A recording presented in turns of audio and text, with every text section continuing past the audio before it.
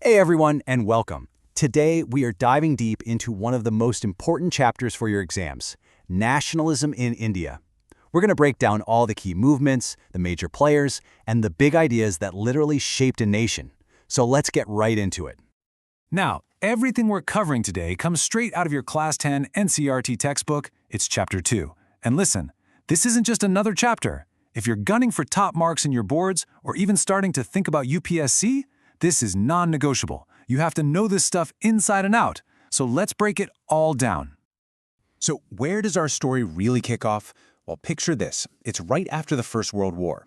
India is just reeling. There are major economic problems, people were forced into the army, and crops were failing. It was a really tough time. And right into this storm, in January 1915, Mahatma Gandhi returns to India from South Africa. And he's not empty-handed. He brings with him a brand new, revolutionary idea for how to struggle. And that big idea was Satyagraha. Now, for your exams, you've got to be super clear on this. This is not passive resistance. It's a very active form of struggle. The whole idea is built on the power of truth. It basically says if your cause is true, if you're fighting against injustice, you don't need to use violence to win. You can actually appeal to the conscience of the person oppressing you. And this quote from Gandhi himself just says it all, doesn't it? He called it a pure soul force. He truly believed that this dharma, this core principle of nonviolence, was the one thing that could unite every single Indian. It wasn't about being weak, it was a method that took incredible strength. And you know, Gandhi put his money where his mouth was. He immediately started organizing these movements. In 1917, he was in Champaran, fighting for the peasants against a really oppressive plantation system. That very same year, he was over in Kedah, helping peasants who couldn't pay their taxes because of crop failure. And then in 1918, he was in Ahmedabad, supporting cotton mill workers. These three early wins were basically the proof in the pudding. They showed that Satyagraha could actually work, and it made Gandhi a national leader almost overnight. So, feeling pretty confident after these successes, Gandhi decided to go bigger. In 1919, he called for a nationwide satyagraha to protest the completely unfair Rowlatt Act. I mean, this law was just unbelievable. It gave the British government massive powers to crush any political activity and lock up activists for 2 whole years without a trial. In response, Gandhi called for a Hartal, a nationwide strike, starting on April 6th. And that call leads us to one of the darkest days in India's history. The response to the strike was huge, and the British government got really nervous. On April 13, 1919, a large, peaceful crowd, they were just there to protest and celebrate Baisakhi, gathered in Jallianwala Bagh in Amritsar. That's when General Dyer marched in, blocked the only way out, and told his soldiers to open fire. His reason? He said he wanted to create a feeling of terror and awe. It was a massacre, and it sent shockwaves across the entire country. After the absolute horror of Jallianwala Bagh, Gandhi was convinced that an even bigger, more organized movement was needed. But he knew something crucial. A movement that big would only work if Hindus and Muslims were united. And he saw an opportunity to do just that with something called the Khilafat issue. See, after World War I, the leader of the Ottoman Empire, who was also seen as the spiritual head of the Islamic world, the Khalifa, was under threat. By supporting the Khilafat cause, Gandhi hoped to bring both communities together under one banner for a truly national struggle. So the big question was, how would this non-cooperation movement actually work? Well, Gandhi had a plan. He suggested it should happen in stages. Step 1, people should surrender any titles the government had given them. Step 2, a massive boycott of everything British. We're talking civil services, the army, police, courts, schools, the works. Step 3, boycott foreign goods. And finally, Step 4, if the government tried to crush them, they'd launch a full-blown civil disobedience campaign. The plan was officially adopted in December 1920. Okay, this is so important to understand. The word Swaraj, or self-rule, didn't mean the same thing to everyone. For the middle class in towns, it was about boycotting British jobs and schools. But for the peasants out in Awadh, Swaraj meant a fight against crazy high rents in something called Bagh, which is basically forced labor. For tribal peasants in the Gudum Hills, it was a fight to get their traditional rights to the forest back. And for plantation workers in Assam, Swaraj was the simple, powerful dream of being free to leave the plantations and go back to their home villages. This idea that everyone had their own version of freedom is so key. But then, everything came to a screeching halt.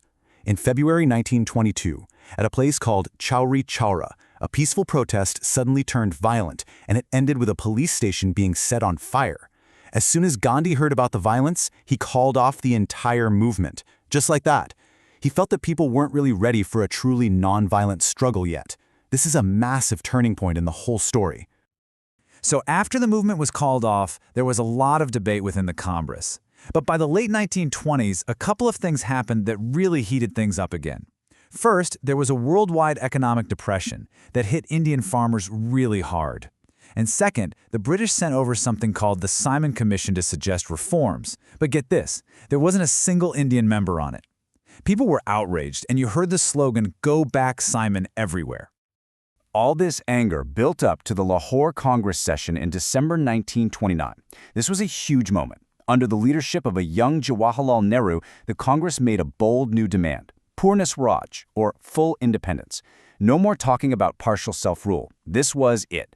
And they decided that January 26, 1930 would be celebrated as India's Independence Day.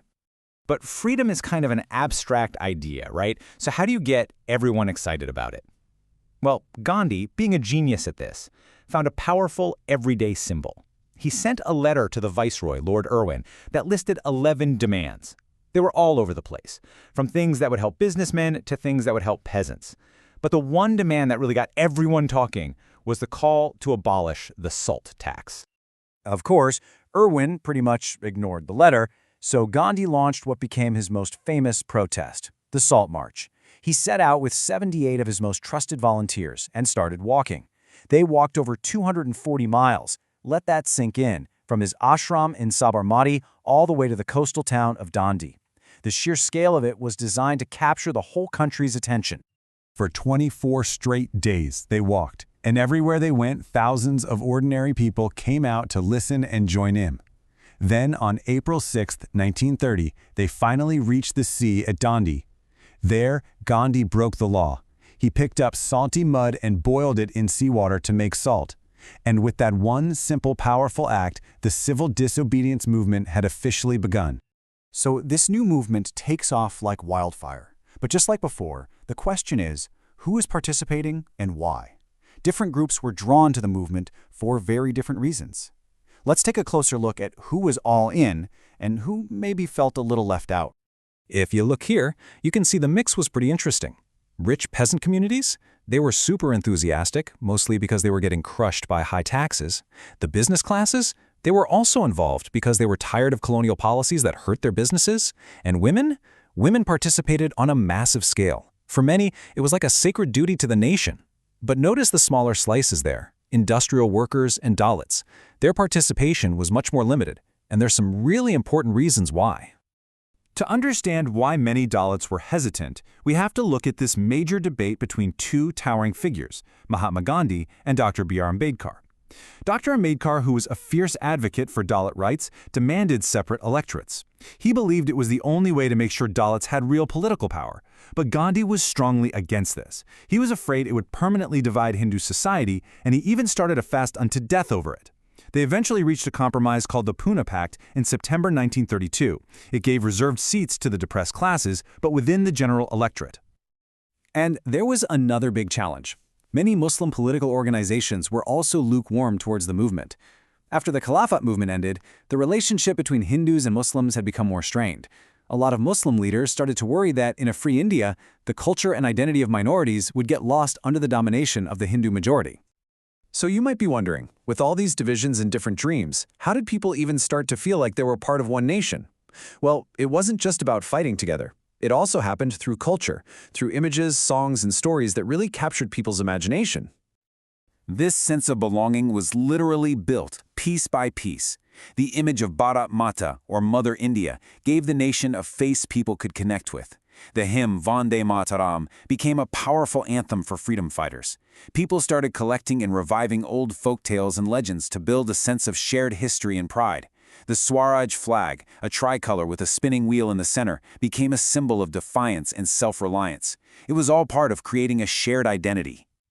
Okay, let's do a super quick, rapid-fire review of the dates you absolutely positively have to know. Ready? April 1919, Jallianwala Bagh. January 1921, non-cooperation starts. February 1922, Chauri Chaura, and the movement is called off. December 1929, the demand for Purna Swaraj. March 1930, the Dandi March kicks off civil disobedience. And March 1931, the Gandhi-Irwin Pact. Make sure you've got these locked down.